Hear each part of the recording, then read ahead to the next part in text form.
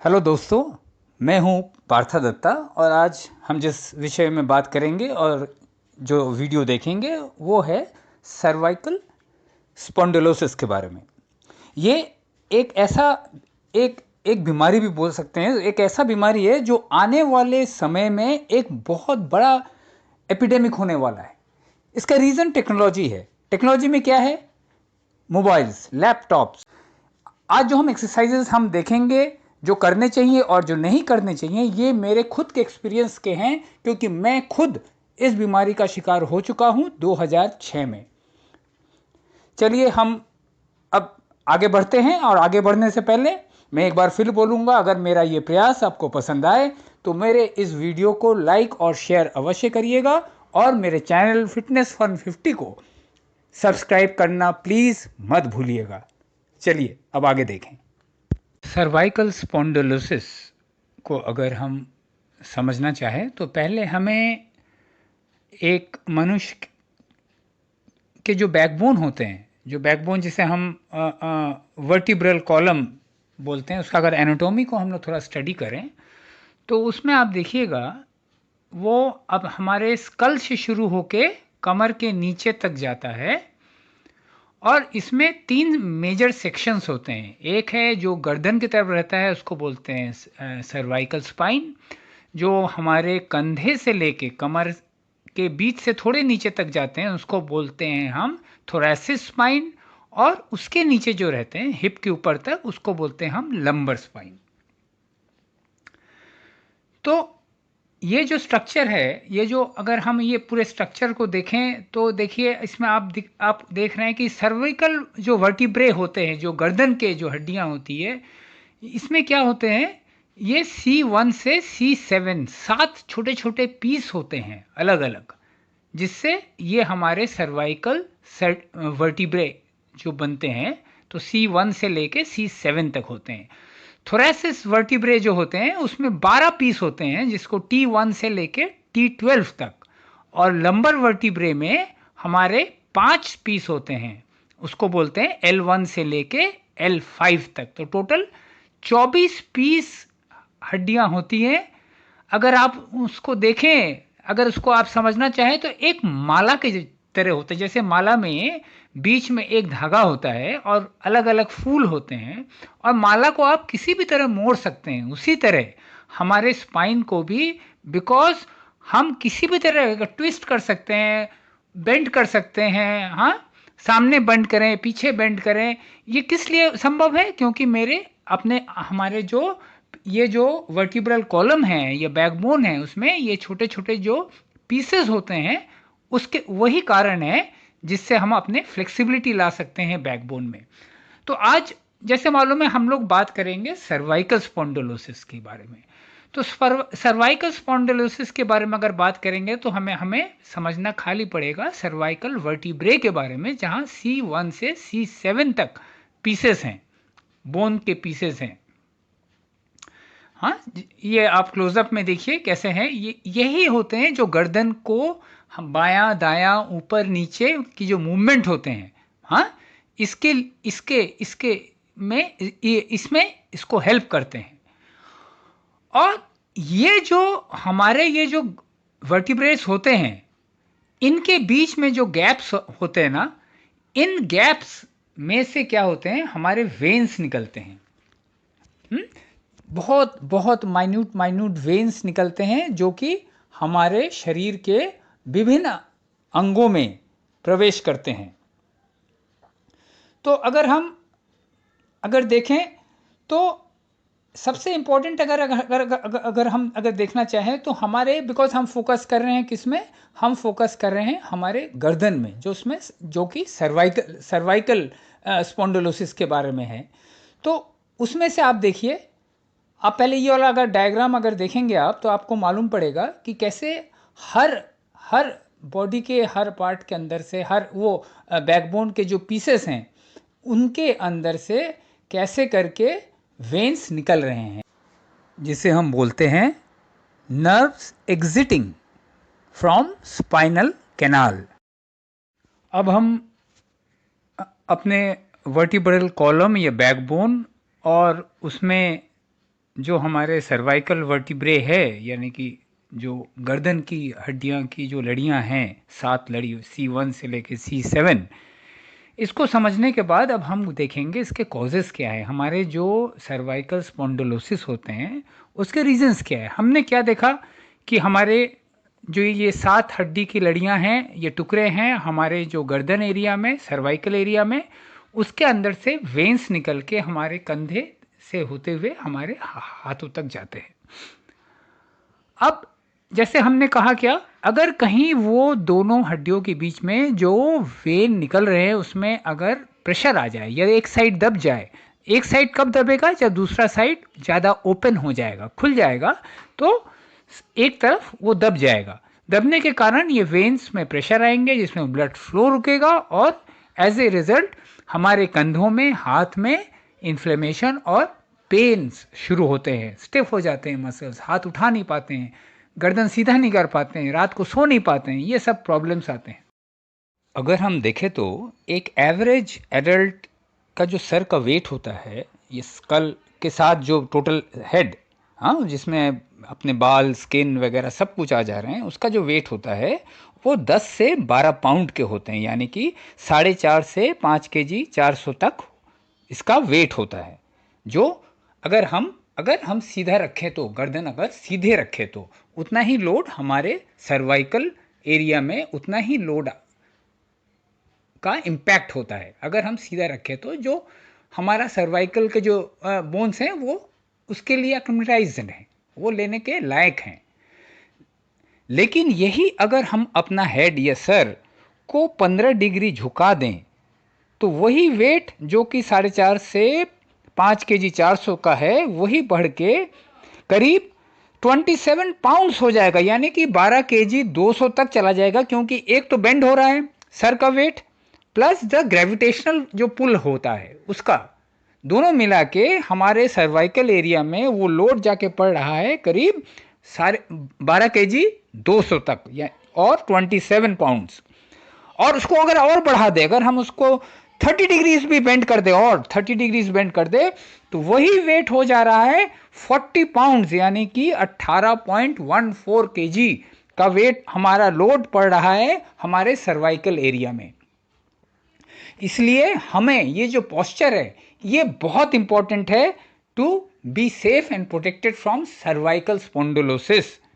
हाँ, इसमें दो चीज है, हम जितना कंटिन्यूटी रखेंगे बेंड का, अगर जितना देर तक हम बेंड रखेंगे उतना लोड इसमें पड़ते रहेगा अपना हमारे सर्वाइकल एरिया में, और वो गैप्स बढ़ते रहेंगे एक साइड, बैक साइड में, और सामने साइड वो कंप्रेस गैप कम होगा, जिससे कि इफेक्ट करेगा हमारे जो नर्व्स उसके अंदर से निकल के हमारे कंधे और हाथ में जा रहे हैं।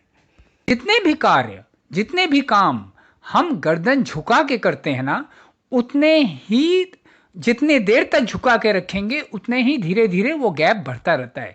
अभी नॉर्मल देखिए, अब ऑफिस में रहते हैं, लैपटॉप या कंप्यूटर्स में काम करते हैं, आपका गर्दन हर समय सामने की तरफ झुका रहता है। या अगर घर में है तो आप मोबाइल में रहते हैं, ये स्पेशली देखिए यंगर जनरेशन में ज़्यादा देखा गया है, इतना अधिक मोबाइल का इस्तेमाल, और हर समय उनका क्या होता है, गर्दन झुका रहता है। एज ए रिजल्ट उनको आज नहीं, 7 से 8 साल, 9 साल, 10 साल बाद इतना सीवियर, ये जल्दी से फट से नहीं होता है, इसमें टाइम लगता है होने में, वो धीरे धीरे गैप बढ़ता है, तब जाके इसका इफेक्ट शुरू होता है। इतना सीवियर होता है ये कि आपका 2 से 3 महीने का टाइम आपको इतना तकलीफ देगा, और आपकी जिंदगी से वो 2-3 महीना आपको पूरा इनएक्टिव करके रख देगा। तो अब इससे क्या है, इससे हमें क्या मालूम पड़ रहा है कि सर्वाइकल स्पॉन्डिलोसिस का मेन नंबर 1 रीजन या कॉज इज पोस्चर। करेक्टनेस और incorrectness of the posture is the main reason. हम अपने पोस्चर को जब तक सही नहीं करेंगे तब तक इससे हम छुटकारा नहीं पा सकते हैं, और उसके लिए ही है अब हम जो नेक्स्ट देखेंगे, हमें किन किन एक्सरसाइज करना है। क्योंकि देखिए हम लैपटॉप और मोबाइल से अपने को तो बंद कर पाएंगे नहीं, तो इसके एक हम लोग क्या कर सकते हैं, एक प्रोटेक्टिव ले सकते हैं, प्रोटेक्शन ले सकते हैं। कैसे प्रोटेक्शन लें कि रेगुलर कुछ एक्सरसाइजेज हैं, अगर हम उसको करें, बहुत ही आसान एक्सरसाइजेज है, अगर इसको हम करें तो हम इससे बच के रह पाएंगे। और जिनको स्पॉन्डिलोसिस के शिकार ऑलरेडी हो चुके हैं, सर्वाइकल स्पॉन्डिलोसिस को, वो भी अगर करें तो रिकवरी पीरियड बहुत जल्दी रिकवर होंगे, रिकवरी पीरियड कम हो जाएगा और जल्दी रिकवर भी कर जाएंगे। तो हम लोग जो नेक्स्ट फेज में देखेंगे, अभी नेक्स्ट पार्ट में देखेंगे हम लोग क्या वीडियो में, कि हमें अगर इससे बचने के लिए और अगर है तो उससे निकलने के लिए, उससे रिलीफ पाने के लिए क्या क्या एक्सरसाइज करें, पहले वो देखेंगे। उसके बाद देखेंगे कि क्या क्या एक्सरसाइजेस हमें नहीं करने चाहिए while we are suffering from cervical spondylosis। ये एक्सरसाइज से ये एग्रीवेट होता है, यानी कि और आपको दिक्कत आपको बढ़ा देगा। इसीलिए आपको जानना बहुत जरूरी है कि क्या क्या एक्सरसाइज आपको नहीं करना चाहिए। चलिए अब हम लोग एक्सरसाइज देखें।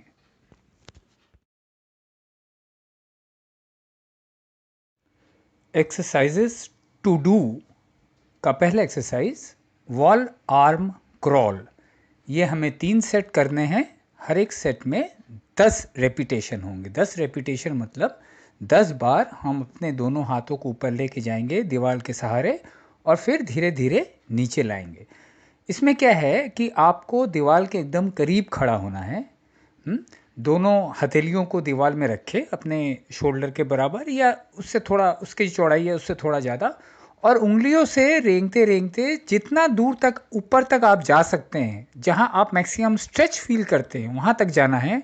उस पोजीशन में 3 से 4 सेकंड 5 सेकंड आपको वो स्ट्रेच को होल्ड करना है, फिर धीरे धीरे आपको नीचे आना है। ये बहुत ही एक बेहतरीन एक्सरसाइजेज है स्पॉन्डिलोसिस के प्रिवेंटिव और remedy for relief of pain के लिए। बहुत ही बढ़िया एक्सरसाइज। ये शोल्डर्स, ट्रेपेजियस और नीचे जो लैट्स एरिया है बैक, अपर बैक से, ये पूरे इस एरिया को बहुत ही अच्छा रिलीफ देता है, आराम पहुंचाता है और एक बहुत अच्छा स्ट्रेच देता है, जो कि बहुत ही आवश्यक है अगर आपके सर्वाइकल एरिया में कोई भी इशू होने से।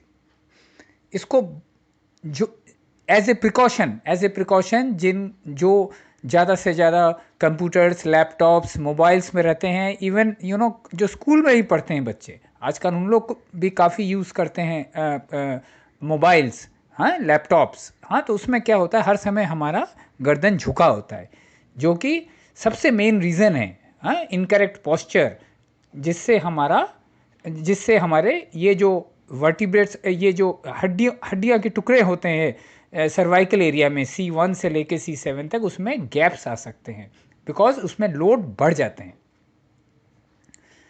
तो हम इसको करेंगे 3 सेट, 10 रेपिटेशन करेंगे एक एक सेट में। और इसमें एक चीज़ याद रखना है, आप जब हाथ ऊपर लेके जाएंगे, आप पहले तो अगर आप for example you are suffering from, अगर आप पेशेंट हैं सर्वाइकल स्पॉन्डिलोसिस का, आप हो सकता है उतना ऊपर तक हाथ न ले जा पाएँ।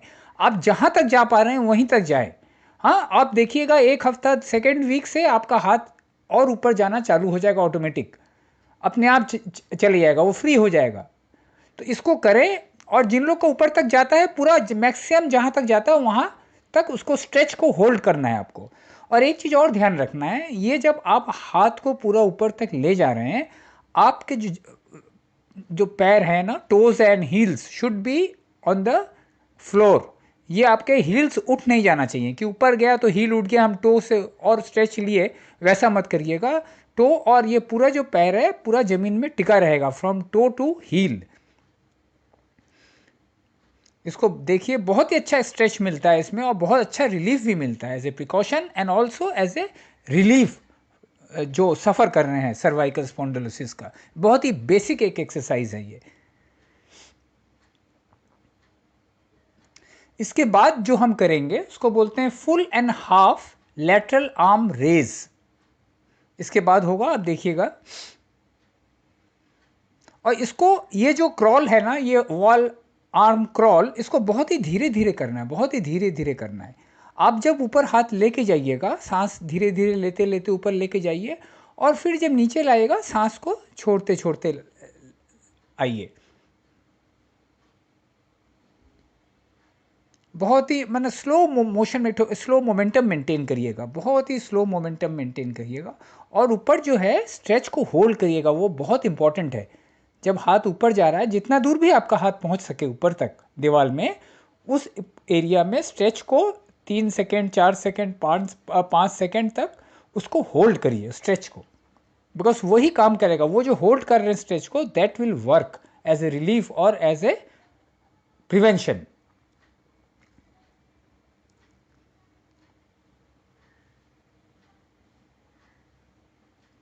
ये शुरू हो गया full and half lateral arm raise. ये आप 3 सेट करेंगे, एक एक सेट में 20 रेप होंगे। पहले आप क्या करिएगा, हाथ को पूरा कमर तक ला के ऊपर तक लेके जाइएगा, कंधे के बराबर तक। उसके बाद धीरे धीरे उसका डेप्थ कम कर दीजिएगा, फ्लाई का डेप्थ कम कर दीजिएगा। इसमें आपको क्या होगा ना, बहुत अच्छा एक स्ट्रेच मिलेगा। ये शोल्डर्स में, अपर अपर बैक में, ट्रेपीजियस एरिया में, और आपके नेक एरिया में, नेक और शोल्डर का जहां जॉइंट होता है। इसको 3 सेट 20-20 रेप के करने के बाद आप आर्म रोटेशन करिएगा। 10 बार करिएगा क्लॉकवाइज और 10 बार एंटी क्लॉकवाइज, एक एक सेट में। 3 सेट होंगे, एक हर सेट में 10 क्लॉकवाइज 10 एंटी क्लॉकवाइज होंगे। इसके बाद जो एक्सरसाइज हम करेंगे वो है ओवरहेड आर्म स्ट्रेच। ये आर्म दोनों उंगली, हाथ के उंगलियों को लॉक करके ऊपर हमको जाना है और उसको स्ट्रेच करके होल्ड करना है। 3 से 5 सेकंड आप होल्ड करिए।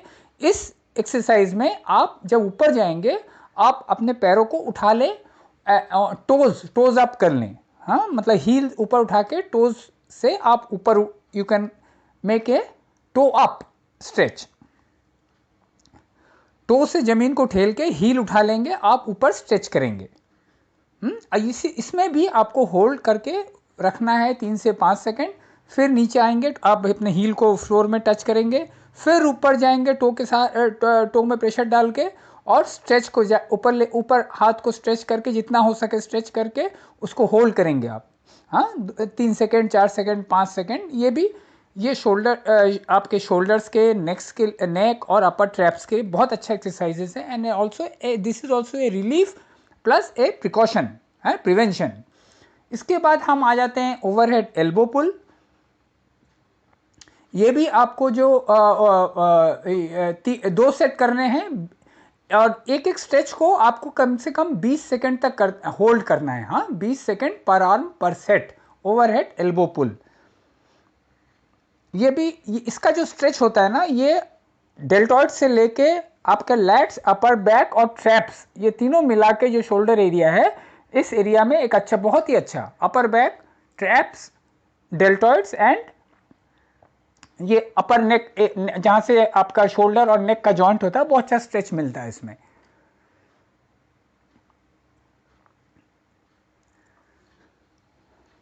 ये हो जाने के बाद, ये जब हम 2 सेट कर लेंगे, उसके 2 सेट हो जाने के बाद हम फ्रंट एल्बो स्ट्रेच करेंगे। ये भी 2 सेट होंगे, एक एक सेट में पर आर्म हम 20-20 सेकंड पर आर्म पर सेट करेंगे। हाँ, इसको भी क्या करना है, आपको हाथ को सामने से लेके जाना है और दूसरे हाथ से उसमें प्रेशर देके उसको पीछे की तरफ ठेलना है, ताकि आपके जॉइंट में, हाथ और कंधे का जहाँ जॉइंट होता है वहाँ पे एक स्ट्रेच आए आपके। दिस आर ऑल, अभी तक जो कर रहे हैं सब प्रिवेंशन एंड रिलीफ दोनों के लिए एक्सरसाइजेज हैं ये। और ये सब एक्सरसाइजेज अगर आप रोज कर सकें, एटलीस्ट वंस ए डे तो करना ही चाहिए सबको। हाँ, जिन लोग स्पेशली ज़्यादा लैपटॉप, कंप्यूटर्स, हाँ, जितना भी काम आप गर्दन झुका के जो ज़्यादा करते हैं, उनके लिए तो बहुत ही बेहतरीन एक्सरसाइजेज हैं ये।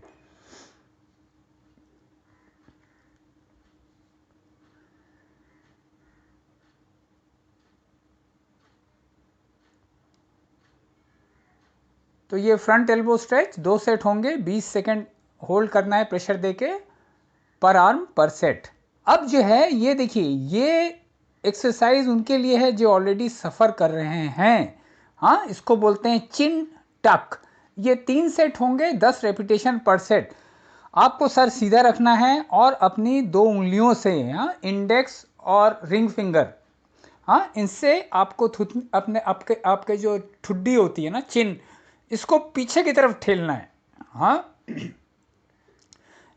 इतना ठेलना है कि आपका डबल चिन निकल आए, डबल चिन दिखे उतना ठेलना है। फिर वो सिर को प्रेशर दे के सामने की तरफ हल्का सा ले जाना है, फिर उसको ठेलना है पीछे की तरफ। ये क्या होता है ना, ये बहुत ही बेहतरीन एक्सरसाइज है। ये जो गैप्स होते हैं ना हमारे, जो C1 C2 C3 C4 जहाँ कम ये ज़्यादा हो जाते हैं, उसके अलाइनमेंट में बहुत हेल्प करते हैं ये। हाँ, और गर्दन के मसल को स्ट्रॉन्ग करते हैं। बहुत बढ़िया एक्सरसाइज ये करेंगे स्पेशली देखिए जिनको जो एज ए प्रिवेंशन भी कर सकते हैं, लेकिन स्पेशली जो ऑलरेडी सफ़र कर रहे हैं उनके लिए तो बहुत ही अच्छा है। अब ये देखिए शुरू हो गया हमारा आइसोमेट्रिक एक्सरसाइजेस। आइसोमेट्रिक क्या है, हम गर्दन के जितने मसल हैं इसको स्ट्रेंथनिंग करेंगे, इनको तगड़ा बनाएंगे। अभी जो देख रहे हैं हम अपने हथेली से अपने फोरहेड को, कपाल को पीछे की तरफ ठेल रहे हैं और सर को सामने की तरफ ठेल रहे हैं, ये प्रेशर क्रिएट कर रहे हैं। इसको 5 सेकंड तक इस प्रेशर को होल्ड करना है। इसको आप 7 से 10 बार तक कर सकते हैं इसको। ये है फ्रंट।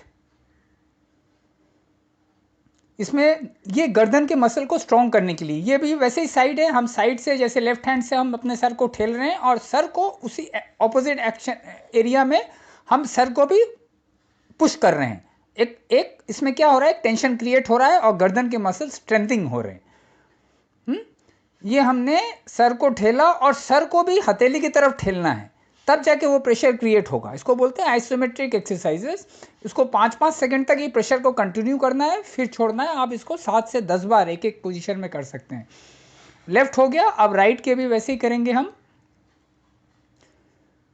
अपने राइट हैंड से सर को पुश करेंगे और सर को हाथ की तरफ, हथेली की तरफ पुश करेंगे, तो इस रेजिस्टेंस में हमारा गर्दन के मसल स्ट्रांग होंगे। ये जो exercises isometric mainly strengthening of neck muscle है। ये जो सफ़र कर रहे हैं, जो एज ए रिलीफ भी कर सकते हैं और एज ए प्रिवेंशन भी। इसके बाद देखिए हम सर को पीछे की तरफ, पीछे का जो बैक साइड का मसल है उसको कैसे स्ट्रेंथनिंग कर देंगे। छोटा सा टॉवल लीजिए, टॉवल से दोनों हाथ से पकड़ के सर के पीछे से ले जाके सर को सामने की तरफ ठेलिए और सर को पीछे की तरफ ठेलिए।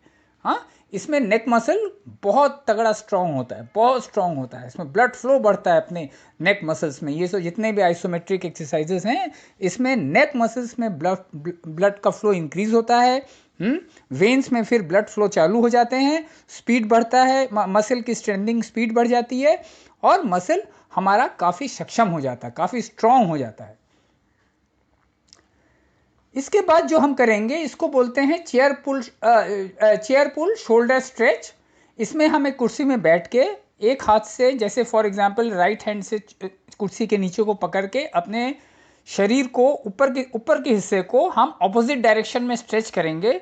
इससे क्या होगा, हमारे गर्दन में और अपर शोल्डर ट्रैप्स एरिया में बहुत अच्छा एक स्ट्रेच आएगा, बहुत अच्छा स्ट्रेच आएगा। ये खाली हम कमर से ऊपर के हिस्से को ही बेंड करेंगे। हाँ, और जिस ऑपोजिट साइड, जिस हाथ से हम कुर्सी के पकड़ के कुर्सी के निचला हिस्सा पकड़ के हम एक फोर्स क्रिएट कर रहे हैं, उसका ऑपोजिट साइड में हम स्ट्रेच लेंगे। ठीक है, इसको भी आप 20-20 सेकंड तक कर सकते हैं। ये आप 20 सेकंड तक 2 सेट कर सकते हैं। 2 सेट करेंगे, हर एक जो सेट है उसमें 20 सेकंड पर साइड पर सेट होंगे। इसके बाद जो हम करेंगे उसको बोलते हैं bend over cross arm stretch, और या उसको हम ट्रैप स्ट्रेच भी बोल सकते हैं। ये 2 सेट होंगे 20 सेकंड के। इसमें क्या करना है, दायां हाथ से आप बायां घुटने के ऊपर पकड़ेंगे और बायां हाथ से राइट घुटने के ऊपर पकड़ के झुक के ऐसे पकड़ेंगे और शरीर को, अपर बॉडी को ऊपर की तरफ लाने की कोशिश करेंगे। इसमें क्या होता है, हमारे जो ट्रेपेजियस मसल्स हैं, यानी कि शोल्डर, कंधे से लेके जो गले तक जो मसल जा रहे हैं ट्रेपेजियस, हाँ, अपर बैक में उसमें उसका पार्ट होता है, उसमें बहुत अच्छा स्ट्रेच फील होता है। This is also a prevention plus A relief exercise for cervical spondylosis patients.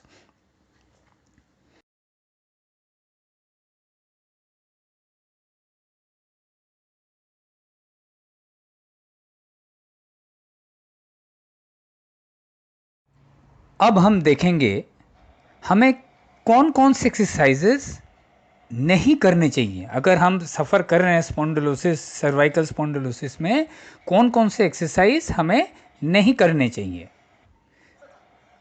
ये देखिए पहला वाला क्या है, हम जो गर्दन लेफ्ट और राइट को तरफ घुमाते हैं, ये कभी नहीं करना चाहिए। ऐसा कोई भी एक्सरसाइज, ये ऊपर नीचे जो करते हैं, ऐसा कोई भी एक्सरसाइज नहीं करना चाहिए जो जिससे कि हमारे जो दोनों कान हैं बॉडी लाइन से डेविएट होए, यानी कि हमारे बॉडी लाइन मतलब शोल्डर जो की लाइन है उससे आगे पीछे या बायां दायां ज़्यादा जाए, या हमारे जो सर्वाइकल एरिया है, सर्वाइकल जो स्पाइन है, इसमें बेंड बेंड या लचक आए। ये सब एक्सरसाइजेस देख लीजिए, ये नहीं करने चाहिए। आप देखिए पुराने, आप कितने भी यूट्यूब में देखेंगे, ये वहाँ ये सब एक्सरसाइजेस दिखाते हैं स्पॉन्डिलोसिस के लिए, लेकिन ये कभी नहीं करने चाहिए। इससे आपके जो स्पॉन्डिलोसिस की जो तकलीफ है उसमें और इंक्रीज होगा, बढ़ोतरी होगी उसमें, और आप और बहुत परेशान हो जाएंगे। और इसमें ऐसे भी हो सकता है कि आपका ऐसा ही कोई डिफेक्ट आ जाए आपके ये स्पाइन एरिया में कि आप बराबर के लिए झुक जाएं, हर समय के लिए झुक जाएं। बहुत आदमी देखेंगे वो टेढ़े हो जाते हैं, टेढ़े होकर चलते हैं, यंग हैं, 40-50 साल उम्र है, लेकिन थोड़ा झुक के चल रहे हैं, टेढ़े होकर चल रहे हैं। इसका रीज़न नहीं होता है रॉन्ग एक्सरसाइजेस। ये सब एक्सरसाइजेस भूल के भी मत करिएगा। मैं खुद एक 2006 में एक पेशेंट रह चुका हूँ, मुझे मालूम है कि इसके रिजल्ट क्या होते हैं। प्लीज़ ये सब एक्सरसाइजेस भूल के भी मत करिएगा, ये बहुत हानिकारक हो सकता है, जिससे आप रिकवर नहीं हो पाएंगे बाद में, आपका टोटल पोस्चर ही गलत हो जाएगा। बहुत डेंजरस एक्सरसाइजेस हैं ये सब।